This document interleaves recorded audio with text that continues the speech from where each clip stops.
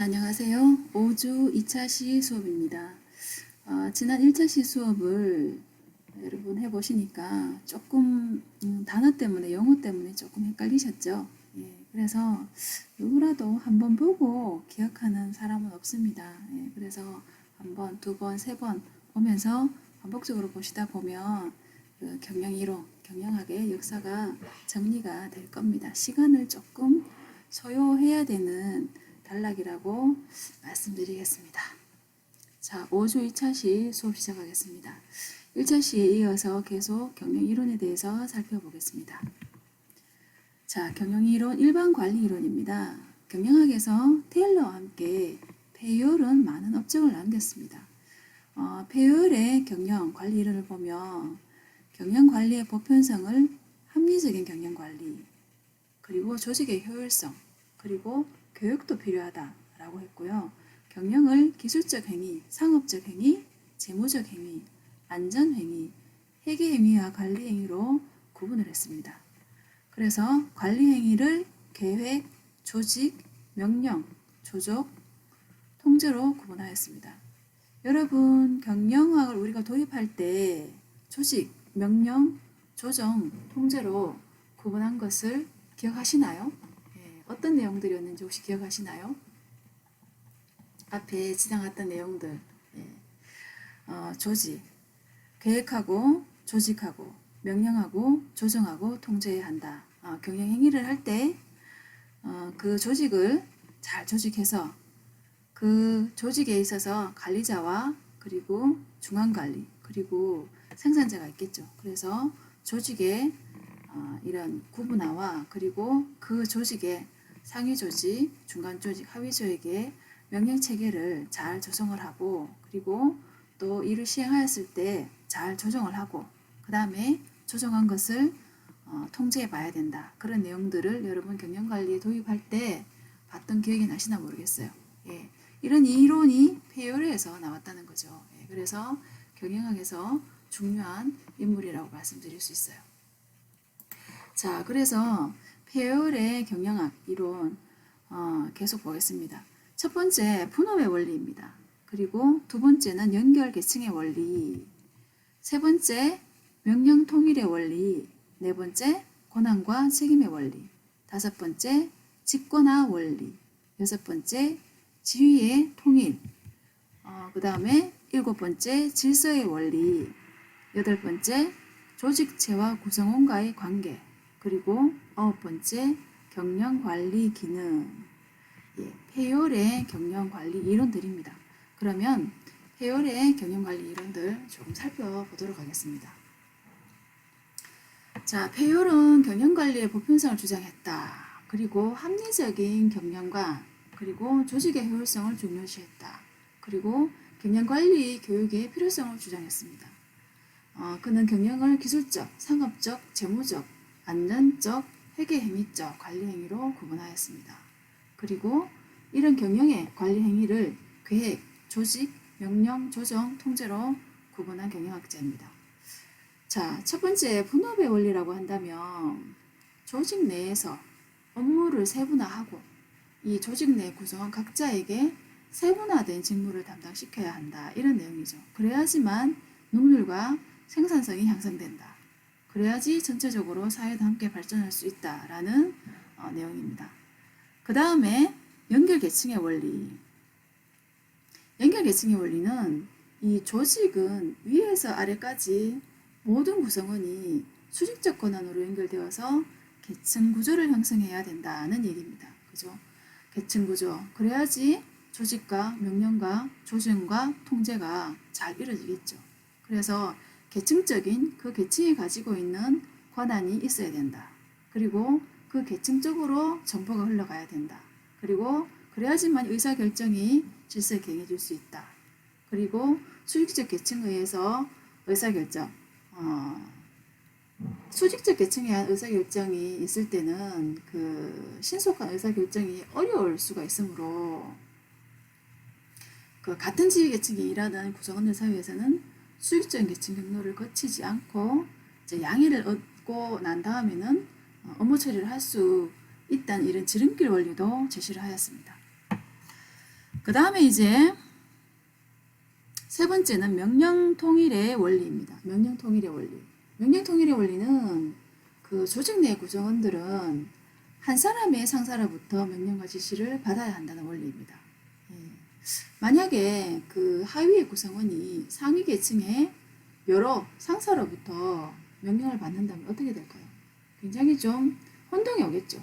아래 일하는 사람도 혼동이 오겠고 윗사람의 권한에도 좀 혼란이 올 것입니다. 예, 권한도 좀 약해지겠죠. 그래서 조직의 질서가 유지되어야 되기 때문에 한 사람의 상사로부터 명령과 지시를 받아야 한다는 원리입니다. 그 다음에 권한과 책임의 원리입니다. 권한과 책임은 권한에는 반드시 책임이 수반되어서 권한과 책임 간에는 균형관계가 성립되어야 한다는 이론입니다. 상위 계층은 하위 계층에 대해서 명령과 지시를 할 권한이 있습니다. 그리고 상위 계층은 아랫사람에게부터 복종을 요구할 수도 있습니다. 그래서 그렇지만 상위 계층은 명령과 지시를 할 권한만 있느냐? 아닙니다. 권한이 부여되면 반드시 책임도 그만큼 따라옵니다. 책임도 지켜야 된다. 그래서 권한과 책임의 원리입니다. 우리도 그렇죠, 그죠? 우리도 반에 대표가 있다, 학과에 대표가 있다. 그리고 우리 학교 전체에 또 대표가 되시는 분이 계시겠죠. 예. 그런 분께서도 권한과 책임이 분명히 다릅니다. 예. 조직에서는 권한과 책임이 분명히 다르는 것이죠. 그 다음에 다섯 번째, 직권화 원리. 직권화 원리라는 말은 관리자는 조직의 질서와 성과를 목적으로 적절한 직권화 체계를 형성해야 한다는 것이 직권화의 원리입니다. 그 하위 계층에 부여되는 이런 권한이 좀 제한이 되어야지만 하위 계층의 그 중요성이 감소되는 것, 이런 것들을, 이런 상태를 직권화라고 하였습니다. 그래서 직권화, 상위 계층으로 그 직권을 가지고 적절히 직권화 체계를 형성해야지 경영이 잘 이루어진다는 그런 얘기죠. 그 다음에 여섯 번째, 지휘의 통일. 지휘의 통일은 그 경영의 조직 내의 업무는 통일된 명령과 지시에 의해서 수행되어야 한다. 그래서 통일된 명령 개통, 명령이 위에 상위 계층의 명령이 통일된 명령 개통이 아니라 여기서도 나오고 저기서도 나오면 굉장히 업무에 애로사항이 많겠죠. 그래서 그 통일된 명령 개통으로 해서 모든 업무가 모든 명령이 하달되고 그리고 업무 활동이 그것으로 인해서 수행되어야 한다는 원리가 되겠습니다. 일곱 번째, 질서의 원리입니다. 질서의 원리. 조직체의 자원은 질서가 있어야 한다는 원리이다. 조직체 구성원은 직무 내용뿐만 아니라 상호간의 연결에서도 그 질서도 조직 도표에 표시가 되고 모든 활동이 질서 있게 전개되어야 한다는 그런 내용입니다. 그 다음은 8번입니다. 8번에 조직체와 구성원과의 관계.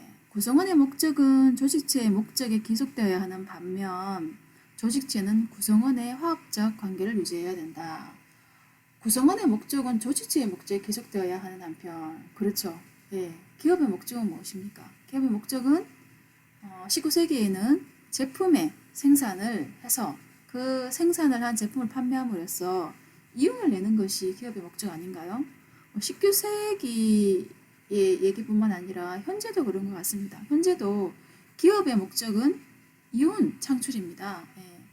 이윤 창출인데 우리가 이제 요즘은 이윤에 대해서 이미지를 좋게 가기 위해서 환경적인 광고도 하고 이런 함께 가는 사회성적인 광고들을 많이 기업 광고에 많이 합니다만 목적은 이윤이죠. 그래서 그 이윤에 그 기업의 목적에 함께 조직체가 기속되어야 한다. 그리고 조직체는 모든 구성원이 화합적 관계를 유지해야 된다는 내용이 조직체와 구성원과의 관계. 그 다음에 경영관리 기능입니다. 경영자가 수행해야 할 기본관리 기능으로서 계획, 조직, 지휘, 조정, 통제를 할 수 있어야 한다는 말을 제시했습니다. 그래서 이 경영학에서 계획, 조직, 지휘, 조정, 통제. 이것은 경영뿐만 아니라 모든 조직에서 이 순서대로 관리를 한다면 어떤 뭐 소집단, 작은 단체이건 큰 단체이건 큰 대기업이건 계획, 조직, 지휘, 조정, 통제를 잘 할 수 있다면 그 조직은 살아있는 조직이다. 그 조직은 굉장히 바람직한 조직이다. 예, 그렇게 말할 수 있겠습니다. 자, 세 번째로서는 관료 이론입니다. 관료 이론. 관료 이론은 과학적 관리법 그리고 일반 경영 이론과 더불어 경영 조직의 중요한 고전 이론입니다. 예, 과학적 관리법과 일반 경영 이론과 더불어 관료적인 이런 어떤 이론적인 내용이 있나 봅니다. 예, 그래서 베버에 의해서 발표하게 됩니다. 베버는 경영학자 이름입니다. 전통적이고 봉건적인 지배 조직에 비해서 합리적인 조직이다. 예, 관료 조직이라는 말을 우리가 쓰죠, 그죠?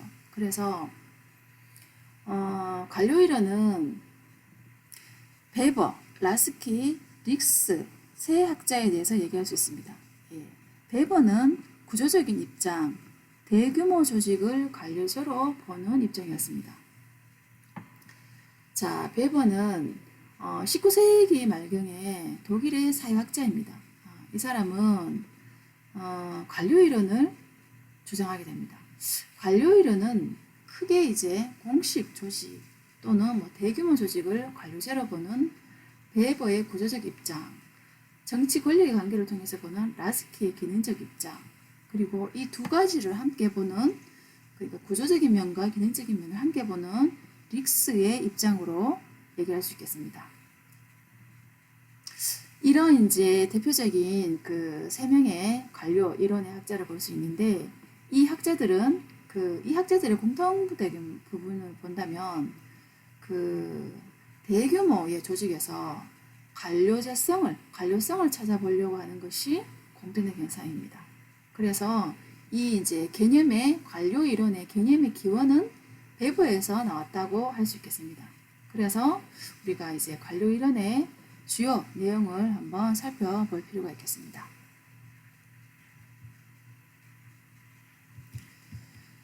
자, 첫 번째로는 합법적인 직무 배정과 직무 수행. 예, 합법적인 직무 배정과 직무 수행입니다. 그리고 두 번째로는 직무의 전문성과 능력에 의한 계약 고용, 그리고 세 번째로는 계층에 의한 관리, 그리고 네 번째로는 규칙과 문서에 의한 경영 관리, 그리고 다섯 번째 경력의 보장, 여섯 번째 기타적인 내용이 있습니다. 지금 관료 이론에 대해서 얘기하고 있습니다. 관료 이론은 베버에 의해서 개념이 정립되었다라고 얘기를 드렸습니다. 그래서 첫 번째, 합법적인 직무 배정과 직무 수행. 이 내용의 뜻은 그 구성원들 각자의 직무는 조직의 규정에 의해서 합법적으로 설정되어야 된다. 합법적인 직무 수행, 그리고 직무 배정이 이루어져야 한다는 얘기입니다. 아까도 말씀드렸다시피 당연한 것 아닌가라고 생각하실 수 있겠지만, 이 시대가 그죠? 이런 내용들의 이런 경영학의 정립이 처음인 시기입니다. 관료이라는 말 자체가 처음 나온 의원이 그 단어가 처음 나온 시기이기 때문에 이렇게 정리한다는 것은 굉장히 주목할 만한 과학적 관리법 이후로 굉장히 주목할 만한 이론이었습니다. 합법적인 직무 배정과 직무 수행 1번의 관료 이론이고요. 그 다음에 두 번째, 직무의 전문성과 능력에 의한 계약 고용. 직무에 의한 전문성과 능력에 의한 계약 고용이라는 것은 그 조직의 효율적인 생산과 향상을 위해서 직무가 가능한 세분화되어야 된다는 내용입니다. 그래서 그 객관적인 그 사람의 능력과 자격에 의해서 계약 고용이나 승진이 이루어져야 된다. 능력별로 승진이나 그 고용이 이루어져야 된다는 얘기입니다. 그 다음에 세 번째, 계층에 의한 관리. 계층에 의한 관리는 그 계층에 따라서 그 고난과 책임이 부여가 된다고 했습니다. 그러므로 상하 간의 통솔과 복종 관계가 성립되어야 한다는 얘기입니다. 예. 이 전문화된 이런 그 조직은 직무는 여러 계층으로 구성되어 있기 때문에 그 권한과 책임이 분명해야 되고, 그리고 상하 간의 통솔, 복종이 성립이 되어 있어야 한다는 얘기입니다. 그리고 네 번째, 규칙과 문서에 의한 경영 관리. 예, 이것은 뭐 말 그대로 규정과 규칙을 문서화한다는 내용입니다. 예, 문서화 당연히 해야 되겠죠, 그죠? 예, 그렇지만 이때는 문서화라는 그 문서화되어 있는 규정과 규칙이 처음 등장하던 시대였겠죠. 그래서 개인의 그런 그 조직에 있어서 개인의 그 임시적인 어떤 임의적인 의사결정은 방지하고 공정하고 일관성이 있는 경영이 이루어져야 된다라는 내용입니다. 조직 경영의 공정성을 기하기 위해서 권한과 책임 그리고 경영 관리에 대해서 문서화한다는 얘기죠. 그 다음에 다섯 번째, 경력의 보장입니다. 경력의 보장은 그 직업으로서의 안정성을 얘기하는 부분입니다. 그래서 직업으로서 안정되어 있어야지 그 경제적 보상과 그 안정적 직업 이런 혜택이 있어야지 조직에 종사하는 사람들이 임무를 성실히 수행한다는 얘기죠. 그래서 그 문서화된 그 규정과 규칙에 의해서 맡은 임무를 성실히 수행해야 된다. 그런 내용이 되겠습니다. 그 다음에 뭐 기타로서는 뭐 기타 뭐 관료 이론의 뭐 장단점을 한번 살펴보면 그 합리적인 그런 조직 구조 그리고 뭐 이런 뭐 합리적으로 이런 이제 직무를 배정함으로 인해서 권한과 책임을 분명히 합니다. 예, 관료 조직은 분명히 해서 조직이 효율적으로 운영되는 굉장히 설득력이 있는 이런 관료 이론이라고 하겠습니다. 뭐 조직에 있어서 그 공공성과 합법성이 굉장히 중요시한 이런 공공기관과 행정기관에는 이러한 관료 이론이 적합하다고 할 수 있겠습니다. 그렇지만 지금도 우리가 이제 뭐 공공기관이나 행정기관에는 이런 관료 이론이 관료적인 이런 경영이 많이 적용되고 있습니다. 그래서 그렇지만 뭐 이런 관료 이론은 조직 구조가 좀 기계적이다. 그리고 딱딱하다. 그래서 좀 그 상사의 말에 복종해야 되는 이런 좀 비인격적인 그런 비인격적인 그 전에 뉴스에 보면 폭언을 하고 윗상사로부터 그러는 발언을 들었다는 이런 이제 뉴스를 한 번씩 볼 수가 있는데 그 전에 이제 관료적으로 그런 그 언행들이 있었습니다. 그래서 이런 것들을 단점으로 얘기할 수 있겠습니다. 자, 경영이론의 개요. 예, 경영이론의 개요. 여러분들의 책이 지금 책 50페이지입니다. 책 50페이지 하단에 지금 페이지 수가 표시되어 있는데요. 책 50페이지 표 1번입니다. 경영이론 개요입니다. 경영이론 개요에 우리가 공부하고 있는 이 경영이론이 표로 잘 정리되어 있습니다. 그래서 여러분은 이 50페이지의 표를 자주 보셔야 됩니다. 50페이지 표 복잡해 보이지만 조금 정리를 해가면서 한번 볼까요? 1900년대부터 1980년대까지의 경영이론을 정리해 놓은 표입니다. 아주 중요한 표겠죠. 1900년에서 1930년 이론은 과학적 관리법, 일반 관리이론, 관료이론. 지금까지 과학적 관리법, 일반 관리이론, 관료이론을 살펴보았습니다. 학자는 테일러, 페이얼, 웨버의 중요한 학자들이 있고요. 인간과는 기계적 인간, 테일러에 의해서 주장된 기계적 인간. 아까 우리가 지난 시간에 그 찰리 채플린의 기계적 인간인 동영상도 본 적이 있는데요. 그리고 인간은 경제적인 인간이다. 그래서 관심 영역으로는 직무를 강조하고 생산을 많이 해야 된다. 효율성이나 이런 관료 이론 같은 경우에는 공식적인 조직, 합리성, 관리 과정, 상급 계층과 하위 그 계층의 관리 과정에 대해서 중요시하던 그런 경영 이론이었습니다. 여기까지 지금 관료 이론까지 살펴봤고요. 그 다음에 이제 여러분들 계속 살펴볼 건데 인간관계론입니다. 1930년대부터 1960년대까지 앞으로 살펴볼 내용이지만 간단히 보면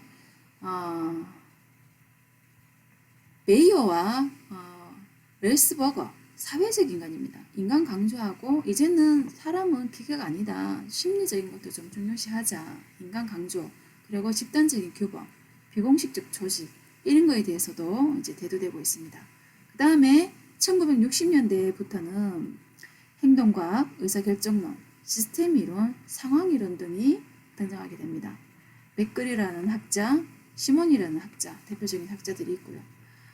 사회적 인간, 그리고 사람은 심리가 있고 자아 실현이 되었을 때 훨씬 더 직무 능력이 발달할 수 있다. 그리고 사람은 복잡한 사람이다. 복잡한 인간이다. 그래서 인간과 직무를 강조하고 그 의사결정, 통합적 사고, 상황적 리더십 이런 거에 대해서 관심을 가지고 있는 이런 경영 이론입니다. 그리고 1970년대에서 80년대에는 후기 상황 이론, 1980년대부터는 신경영 이론. 우리가 책을 다 살펴보기 전인데요. 지금은 1930년대 관료 이론까지 했는데 먼저 이제 경영 이론 전반적인 개괄적인 내용을 표로 한번 보고 나서 계속 살펴보면 좋을 것 같습니다. 중간중간에 이 표는 우리가 정리를 해가면서 한 번씩 보면 좋을 것 같아요. 자, 그러면 1930년부터의 이론이라고 할 수 있는 인간관계론에 대해서 살펴보겠습니다. 책은 50페이지입니다. 관료조직의 원칙을 정리해 놓은 표가 있네요. 네, 관료조직의 원칙입니다. 우리가 앞서 봤듯이 관료조직, 그죠? 네.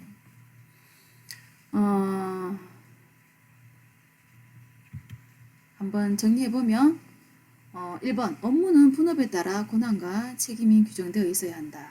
그리고 어떤 규칙이 있어야 된다. 절차가 있어야 된다. 표준적인 규칙과 절차가 있어야 된다.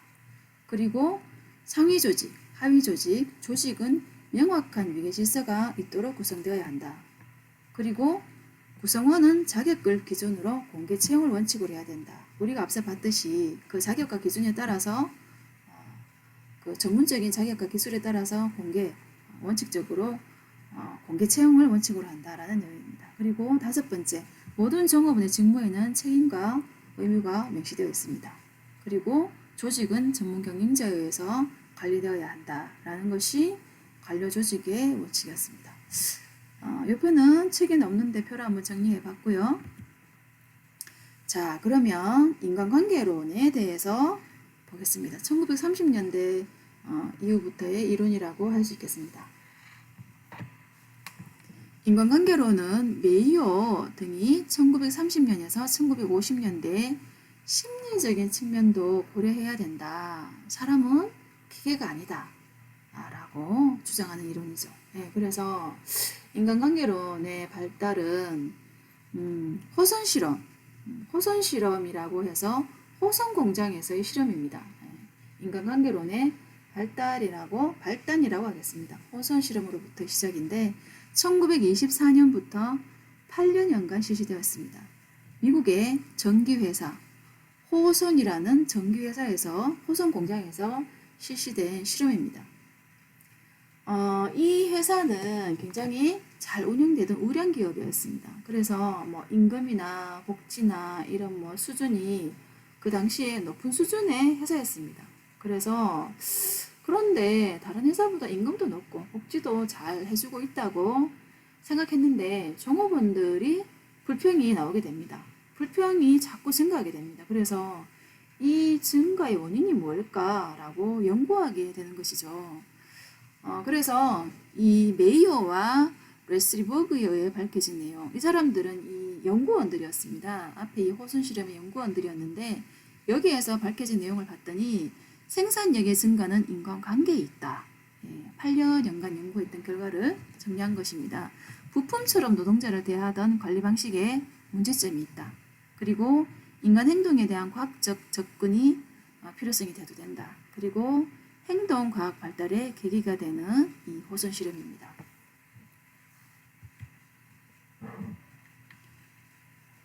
자, 그러면 행동과학이라고 한다면 행동과학입니다. 행동과학의 용어는 1951년 포드재단에서 처음 사용하게 됩니다. 예. 행동과학이라는 용어는 1951년 포드재단이 그 행동과학 프로그램으로 처음에 이 용어를 사용하게 됩니다. 그래서 그 조직 내 그 인간의 행동 보편적인 원리를 한번 밝혀봐야겠다 하고 연구하게 됩니다. 행동과학의 연구자로서는 크게 세 사람의 연구자가 있습니다. 맥그리거의 XY 이론, 그리고 아지리스의 미성숙 성숙 이론, 매슬로우의 욕구 이론. 매슬로우의 욕구 이론 여러분 많이 들어보시지 않았나요? 예, 기타, 알파더, 허츠버그, 맥클리랜드의 이론들이 있습니다. 맥그리거, 아지리스, 매슬로우, 알파더, 허츠버그, 맥클리랜드는 경영학자의 이름입니다. 그리고 XY 이론, 미성숙 성숙 이론, 욕구 이론은 이 학자들이 제시한 이론 이름입니다.